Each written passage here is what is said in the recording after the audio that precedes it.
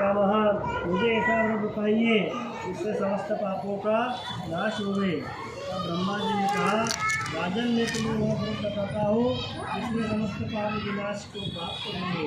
वह ऋषि पंचमी का व्रत है। इसके करने से नारी जाति के तमाम पाप दूर होकर के पुण्य की भागी होती है। इसके लिए तुमसे एक पुरातन कथा कहता हूँ, सुनिएगा। विदर्भ देश में एक नाम के सदाचारी ब्राह्मण निवास करते थे। उनकी प्रतिवता नारी सुशीला से एक पुत्री और एक पुत्र का जन्म हुआ। पुत्र शिवभूषण ने वेदों का संगोपावर्धन किया। कन्या का समय के अनुसार सामान्य कुल में विवाह कर दिया। सामान्य कुल में विवाह कर दिया और विधि के विधान से वह कन्या विधवा हो गई। तो वह अपने सती की रक्षा को पिता के घर में रहकर करते रहे। ब्राह्मण ने सब परिवार पर विधि बनाकर ब्राह्मण बालकों का विद्याध्ययन करवाया और एक दिवस कन्या माता पिता की सेवा करते हुए एक शिलाखंड पर शयन करने गई। रात भर उसके शरीर में सारे कीड़े पड़ गए। सुबह जब कुछ शिष्यों ने कन्या को अचानक इस दशा में देखा, उसकी माता सुशीला को आवेदन किया, गुरुपुत्री के दुख को देखिए। गुरुपत्नी ने जाकर अपनी पुत्री की दशा देख के नाना तरह से विलाप करने लगी। वह पुत्री को उठाकर ब्राह्मण के पास में लाई। ब्राह्मण पुत्री की दशा देख अति विस्मय हुए और बहुत दुखी हुए। तब ब्राह्मणी ने हाथ जोड़कर कहा कि महाराज, क्या कारण है कि इस पुत्री के शरीर में कीड़े पड़ गए। और महाराज ने ध्यान करके देखा तो पता चला वह पुत्री 7 जन्म पहले ब्राह्मणी थी। एक दिन रजस्वला होते हुए भी घर के तमाम बर्तन भोजन सामग्री छू ली और ऋषि पंचमी का पुत्री अनादर के साथ देखा। उसी दोष के कारण उस पुत्री के शरीर में कीड़े पड़ गए।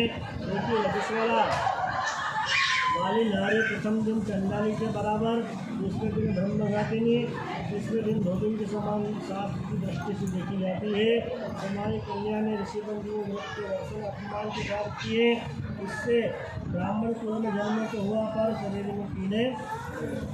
तब सुशीला ने कहा, महाराज, इसके उत्तम व्रत को आप विधि के साथ वर्णन कीजिए जिससे संसार के प्राणी मात्र इस व्रत से लाभ उठा सके। ब्राह्मण बोले, सर्वधर्मिणी, यह व्रत भाद्रपद मास के शुक्ल नक्षत्र की पंचमी के धारण किया जाता है। पंचमी के दिन सुंदर नदी में स्नान कर व्रत धारण कर सायंकाल सप्तऋषि का पूजन विधान के साथ करना चाहिए। भूमि को गौ के गोबर से लीपकर उस पर अष्टकमल दल बना करके नीचे लिखे सप्त ऋषियों का प्रार्थना करनी चाहिए। महर्षि कश्यप, भक्ति भारद्वाज, विश्वामित्र, गौतम, नंदनी, वशिष्ठ महर्षियों की स्थापना पर आगमन स्थान जन्म पूंजी नैवेद्य आदि से पूजन कर सफल की कामना करना चाहिए। इस व्रत के करने से उद्यापन की विधि भी करना चाहिए। चतुर्थी के दिन एक बार भोजन करके पंचमी के दिन व्रत आरंभ करें। सुबह नदी या जलाशय में स्नान करके गोबर से लीप करके सर्व को भव्य बना करके उस पर कलश स्थापन करें।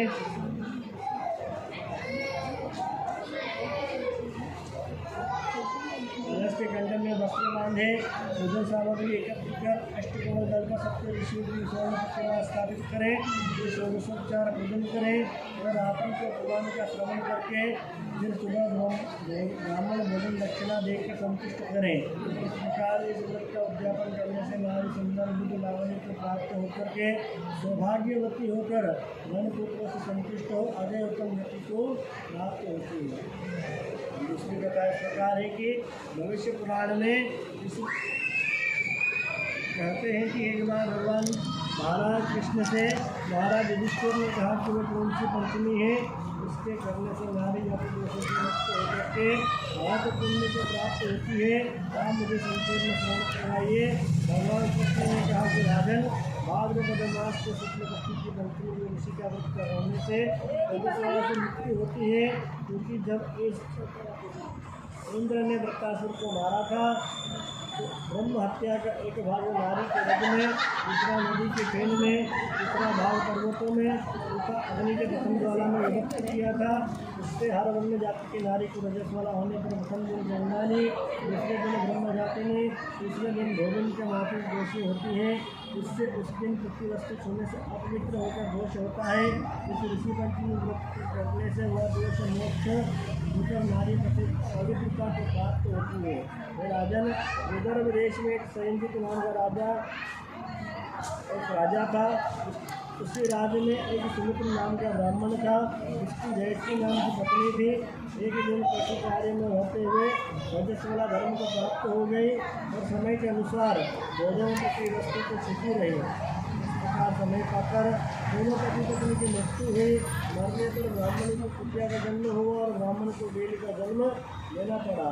और इन दोनों को अपने तप के प्रभाव से पूर्व जन्म की बातों का स्मरण बना रहा और यह दोनों प्राणी अपने ही पुत्र के घर में पालित हुए। एक दिन पितृपक्ष में ब्राह्मण कुमार ने अपने पिता के श्राद्ध तिथि में विधि के साथ ब्राह्मण भोजन रखा और अपनी पत्नी को स्वादिष्ट पकवान बनाने की आज्ञा दी। अगर ब्राह्मणी ने वीर पकवान भोजन खीर आदि बनाकर तैयार किए। भाग्यवश एक सर्प ने स्फुर में जहर उगल दिया। हाल ही में ब्राह्मणी बनी सत्या यह सब देख रही थी। उसने सोचा जब ब्राह्मण भोजन करेंगे और खीर को खाएंगे तो मृत्यु को प्राप्त हो जाएंगे। इससे मेरे लड़के को ब्रह्म हत्याओं का भारी पाप लगेगा। इससे उस खीर को उस कुटिया ने जान करके झूठी कर दी और वह बहू ने कुटिया को इतनी मार मारी थी कि कमर तोड़ दी। फिर खीर को बेच के दूसरी खीर बनाई। श्राद्ध को जब ब्राह्मण को भोजन करवाया। रात को कुटिया ने जाकर अपनी पूर्वपति बेल से दिन में होने वाली सारी घटना बताई। बेल बोला कि ये तुम्हारे पाप के कारण मुझे आज दूर होना पड़ा है और आज मेरे लड़के ने मुझे दूध आने के दिन भर धोता है। अभी तक एक मुट्ठी घास भी नहीं डाली है। यह सारी बातें छिपा हुआ ब्राह्मण बालक कहता रहा। इससे वह बड़ा दुखी हुआ। माता पिता दोनों को भोजन देकर वन में चला गया। इधर ऋषियों को उसे दंडवत करके पूछा, महाराज मेरे माता पिता पूछे कि दौड़ बेल योनि में थे और किस प्रकार इस योनि से छुटकारा पा सकेंगे। ऋषियों ने बताया तुम्हारे माता पिता ने मुझे घर में देश से मृत्यु और बेल का जन्म पाया है। इससे तुम घर जाकर इस विधि से उत्तम ऋषि पंचमी को करो। ऋषि पंचमी को करके उसका फल अपने माता पिता को समर्पण करो, जिससे वह इस योनि से छुटकर स्वर्ग प्राप्त हो। योनि ने विधि सुनकर ब्राह्मण पुत्र ने घर आकर विधि के साथ परवान सहित भाद्रपद मास के शुक्ल पक्ष को ऋषि पंचमी का व्रत किया और शुद्धार्थ उस विधि का फल अपने माता पिता को समर्पण किया। जिसके प्रभाव से वह इस पूर्व योनि से देव आदि होकर स्वर्ग को प्राप्त हुए। राजन जो धार्मिक व्रत को विधि के साथ करती है वह श्रद्धा से सप्त ऋषियों का पूजन करती है।